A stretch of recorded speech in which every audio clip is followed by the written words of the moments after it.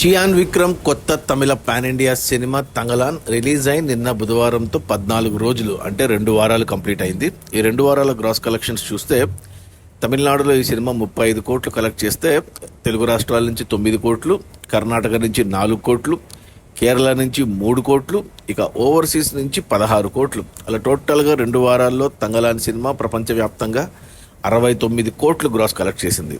ఇక అందులో థియేటర్ల రెంట్లు, గవర్నమెంట్ ట్యాక్స్లు, ఖర్చులన్నీ పోను డిస్ట్రిబ్యూటర్ షేర్ వచ్చేసి 33 కోట్లు ఉంది. ఈ సినిమా బడ్జెట్ 140 కోట్లు అయితే డిస్ట్రిబ్యూటర్లకి 65 కోట్లకు అమ్మారు. అందులో 33 కోట్లు వెనక్కి వచ్చే 2 వారాల్లో. మరో 32 కోట్లు వెనక్కి వస్తేనే సినిమా హిట్ అవుతుంది బాక్స్ ఆఫీస్ దగ్గర కమర్షియల్గా. 32 కోట్లు షేర్ రావాలి అంటే మరో 64 కోట్లు గ్రాస్ రావాలి. ఈరోజు గురువారం తెలుగులో సరిపోదా శనివారం సినిమా రిలీజ్ అయింది.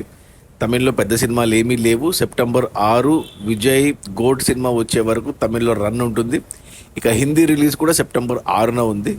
నాకు తెలిసి సినిమా ఒక 35 కోట్లు షేర్ అయితే వస్తుంది. 30 కోట్లు నష్టం అయితే కనపడుతుంది. సినిమా బాగున్నా కమర్షియల్గా మాత్రం ఫెయిల్ అనే చెప్పాలి. అది మన చియాన్ విక్రమ్ తంగలాన్ రిలీజ్ అయిన మొదటి 2 వారాల్లో 69 కోట్ల గ్రాసు.